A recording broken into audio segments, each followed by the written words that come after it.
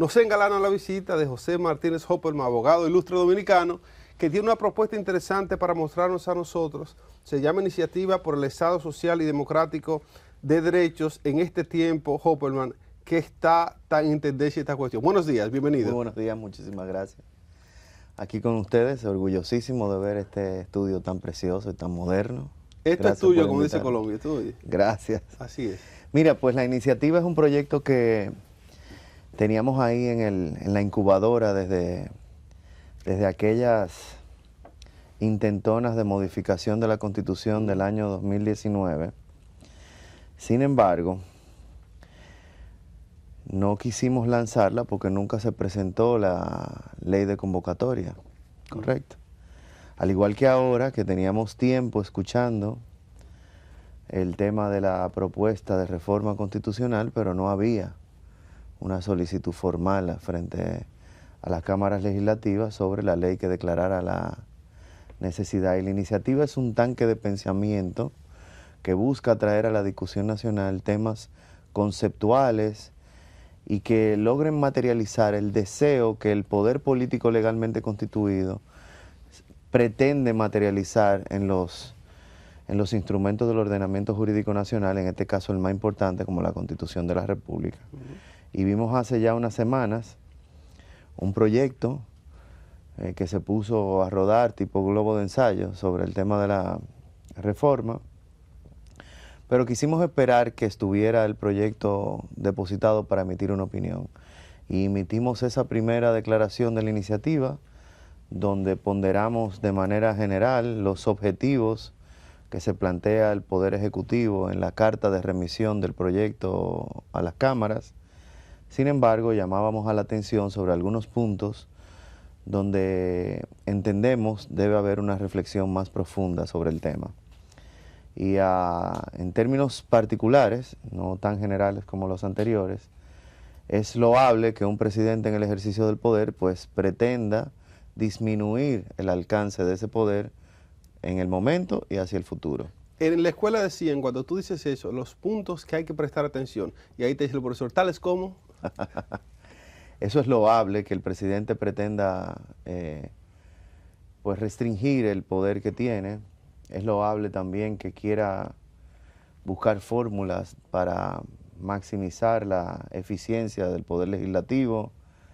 Es loable también que pretenda establecer barreras o obstáculos para que los gobernantes del momento no se beneficien de sus propias propuestas políticas o abusen del poder que el pueblo les ha delegado a través del voto, generando mayorías como la actual, que es una mayoría infranqueable.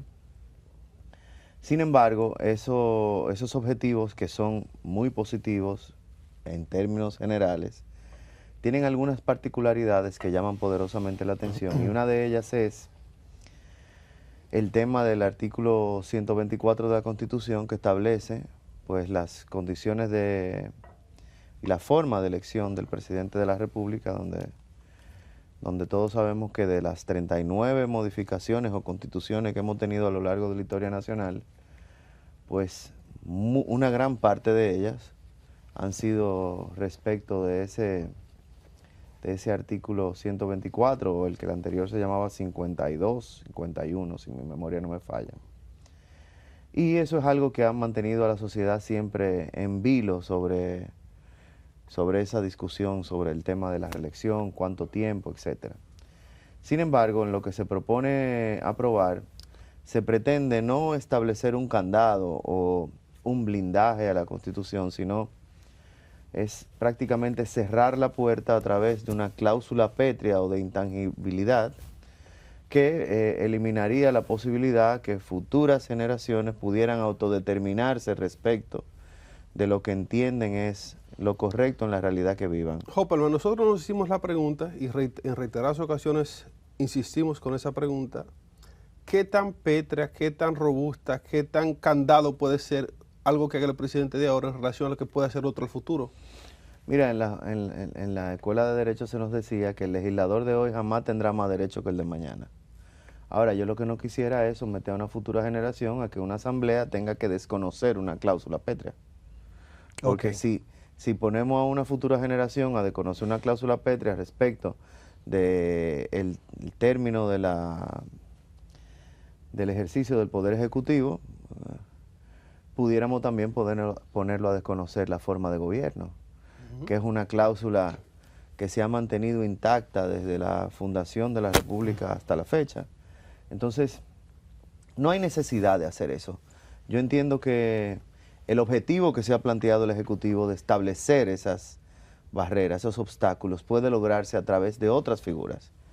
Sí, José, hay una cosa que quería comentarte que noto de manera muy preocupante en la República Dominicana, para ver si ustedes también tienen eso dentro de su pensar o dentro de tu centro de pensamiento o tu movimiento.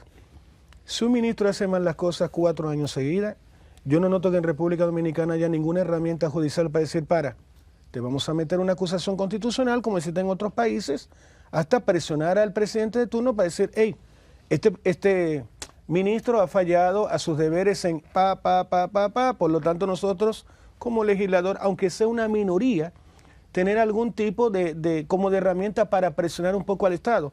Porque lo que noto en nuestro país es que si tienes una mayoría circunstancial, porque mañana puedes hacerlo tan mal las cosas que venga otro partido completamente diferente al actual. Noto a la población muy desprotegida del abuso de poder que tú comentabas, porque puede ser que un ministro lo haga muy bien las cosas o que empiece a hacer las cosas que le hace un daño directo o indirecto a la población. Ustedes lo han pensado, lo han visto. ¿Cómo ven la legislación dominicana, particularmente en eso, frente a una empresa privada que abusa, que te factura 2 veces el servicio dentro de un mismo mes? Hablo desde la parte gobierno hasta la parte privada. ¿Qué opinas y qué están haciendo ustedes? Miren, la realidad es que el Estado por su propia naturaleza es abusador. Y las leyes están descritas y plasmadas ahí para controlar el poder del Estado y controlar las actuaciones del Estado. Sobre el tema de los legisladores es claro. El legislador tiene la facultad de supervisar, de fiscalizar las ejecutorias del Poder Ejecutivo y hasta de someter a juicio político, si así lo entiende. Pero no lo que hacen, no se José. haga es otra cosa, pero las leyes están ahí. En el ordenamiento jurídico nacional hay una cantidad innumerable de figuras tendentes a proteger los derechos de los particulares, pro consumidor, pro competencia, pro usuario, el defensor del pueblo. Hay una cantidad innumerable de instituciones que la sociedad tiene que empoderarse y reclamar que cada una de ellas cumpla sus Pero funciones. ellos tienen estructura jurídica como para lograr cosas frente a un acto de colusión, por ejemplo, entre empresas que determinan que el pollo vale tanto y esto es, o frente a un papel higiénico. Es decir, Sí yo lo noto tienen. que acá no tiene una persona que, hola, tuve tal problema, y hay un bufete de abogados que diga, de usted se abusó, y obviamente se abusó de usted, se abusó de millones de dominicanos. Y se plantean ante X institución y logran un acuerdo de estas empresas. ¿Cómo estamos en Dominicana, José? Mira, existen los mecanismos, que no se utilicen ya es otra cosa. ¿Es desconocimiento entonces? Yo entiendo que sí, y eso es cónsono con la propia naturaleza de la sociedad dominicana. ¿Cuál es el mayor problema de la sociedad dominicana hoy en día? Hoy y a futuro. Es la educación. Y de ahí nacen todas nuestras desgracias. Así es. Entonces, las instituciones están, las leyes están, la Constitución Dominicana del año 2010 es una buena constitución. Que hayan cosas que mejorar, ya eso es otro tema. Que haya que extraer de la discusión política nacional cada 4 o 8 años ese tema del fantasma de la reelección, como ya yo le he llamado hace muchísimo tiempo. Eso es aplaudible. Pero entiendo que hay otros métodos para hacerlo que no sea con el establecimiento de esa cláusula de intangibilidad, como ya le decía. Hay otro tema también que nos llama poderosamente la atención y creo que va a ser uno de los puntos que más álgida hará la discusión de este tema en la Asamblea, y es el tema de la reducción de la cantidad de diputados. Y matemáticamente nosotros entendemos que sí, que es necesario reducir la matrícula de la Cámara de Diputados, pero sin hacerlo de una forma que lacere la representatividad democrática. Y los que nos escucharán dirán, ¿y qué es eso? ¿Por qué se utiliza ese argumento? Muy sencillo. Actualmente hay 172 diputados de elección por voto de circunscripción a través del método de repartición de ley de Ons, ¿correcto? Diputados por lo que la gente marca su cara. Hay 7 diputados de las circunscripciones internacionales que representan la diáspora, donde también los dominicanos residentes en el exterior marcan su cara. Y hay 5 diputados que son para garantizar minorías. Aquellos partidos que no tuvieron más del 1%, que por acumulación se le puede otorgar un representante en la Cámara Legislativa. Esos son 5 diputados. En lo que se propone, lejos de buscar eficiencia democrática, entonces se aparta de ese principio y dice, bueno, voy a reducir a 130 la cantidad de diputados por elección de voto directo y voy a aumentar de 5 a 20 los diputados de acumulación para representación de minoría. Y cuando usted hace un cálculo matemático básico, le da lo siguiente. Actualmente, por cada diputado de lista o por acumulación, como se le llama, a diputados por los que nadie votó, de cada 36 diputados electos democráticamente, que la gente sí marcó su cara, hay 1 por lista. José, ¿por qué esa discusión la estamos dando? Porque lo propone el presidente y no una asamblea constituyente o un referéndum, porque también estás haciendo que un poder le mande una orden a otro poder del Estado. No, eso es una propuesta. La propuesta pero no yo lo es veo una así orden. como ciudadano. Sí. Entonces, mira qué es lo que llama la atención. En lo que se propone actualmente, de cada un diputado por lista o acumulación, habrán 6 de voto directo. O sea, de 36 por 1 a 6 por 1. Y eso, de verdad que a nosotros es uno de los temas que más nos preocupa. Otra de las cosas, Hopperman, que hay que prestar atención y que es importante esto que proponen, es los requisitos para elegir el procurador. ¿Cuáles son las aristas? Nosotros lo encontramos excelente eso. O sea, establecer condiciones de elegibilidad para el Procurador General de la República, eso es indiscutible. Debería generarse un perfil adicional y añadirlo a la ley orgánica del Ministerio Público. No solamente dejarlo en el tema de la no pertenencia o participación en actividades políticas directas, sino llevarlo a una área de especialidad del ejercicio del derecho. Que el Procurador General de la República no solamente tenga que ser abogado, sino que sea un abogado con una vasta experiencia en el área penal, que es el área donde se va a desarrollar. Que sea un abogado ducho en el respeto de los derechos fundamentales y las garantías humanas. Entonces, no solamente dejarlo ahí, sino llevar un poquito más de requisitos sobre el perfil profesional que debe tener un procurador. Y el Estado Dominicano se adentra desde hace un tiempo ya en la profesionalización de sus representantes. Una pregunta que se hace a la población. ¿Qué tan verdad es el hecho de que puede ser elegido muy distante del mundo político un procurador? ¿Qué tan cierto es, qué tan distante puede ser un procurador siendo una figura tan importante en un gobierno, en una nación? Mira, todos ustedes han escuchado que el poder nace del pueblo, que la soberanía nace del pueblo, y de allí nacen todos los poderes. Entonces, ese poder del pueblo que se delega en los representantes a través del voto, tiene, como dicen algunos, hijos, ¿correcto? Entonces tú ves que el poder legislativo elegido democráticamente, pues elige un defensor del pueblo, que no es una figura política, o no debería ser una figura política por mandato de la propia ley. Entonces, que lo elijan los políticos no quiere decir que sea una persona dependiente de un político, pues es que de la misma política, de la misma delegación del voto, nace el poder político. Entonces, eso no es malo. Lo que hay es que establecer cuáles son los perfiles, cuáles son las características de ese funcionario que se requieren para que pueda ejercer su poder. Un tema en el que nosotros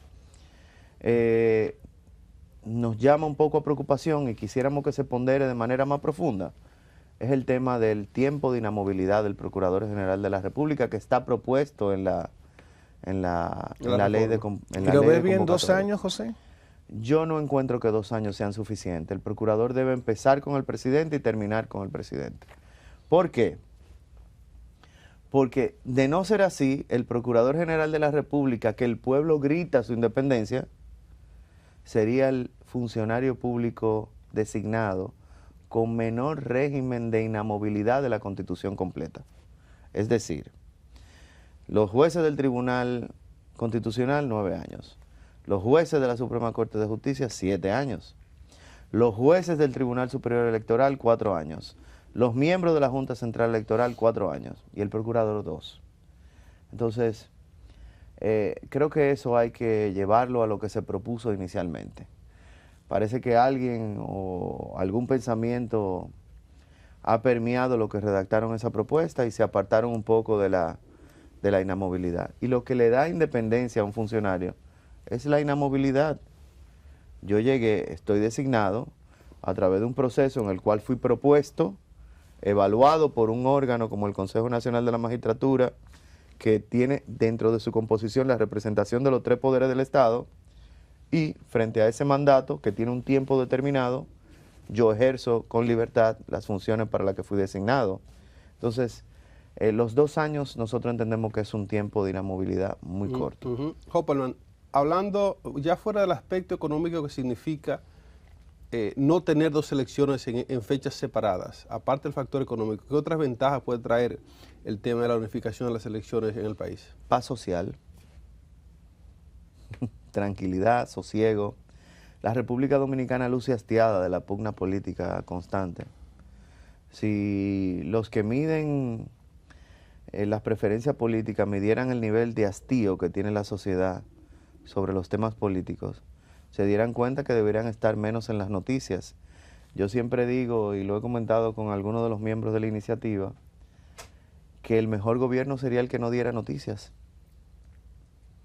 que dejara que las cosas funcionaran por el cometido de sus funciones y que la población sea la que aplauda o critique las ejecutorias. Sin embargo, nosotros vivimos abrumados constantemente de publicidad, propaganda y una serie de elementos que nos llevan a entender que lo más saludable es tener una sola elección. Y al final de cuentas, el poder político, el propio Estado, las mayorías y los liderazgos siempre influyen en las candidaturas menores. Vi una publicación de Elon Musk en su ex, antiguo Twitter, que decía que la propaganda no es solo la inversión para difundir información, sino también para que no se difunda. Correcto. Entonces, mira, Hopperman, no podemos desaprovechar la oportunidad de tenerte aquí y no hablarte del tema que es tendencia justamente ahora. Madre de Emily Peguero denuncia que existe un supuesto plan para liberar a Marlon. En breve, edifiquemos a la población que se olvidó de qué pasó con Emily para que sepamos qué está pasando y esta denuncia que hace la madre de Emily Peguero. Yo hablé con la señora Dalgisa a raíz de esa declaración. Esa declaración se dan a raíz de, creo que el 8º aniversario de la muerte de Emily, o de su asesinato, mejor llamado.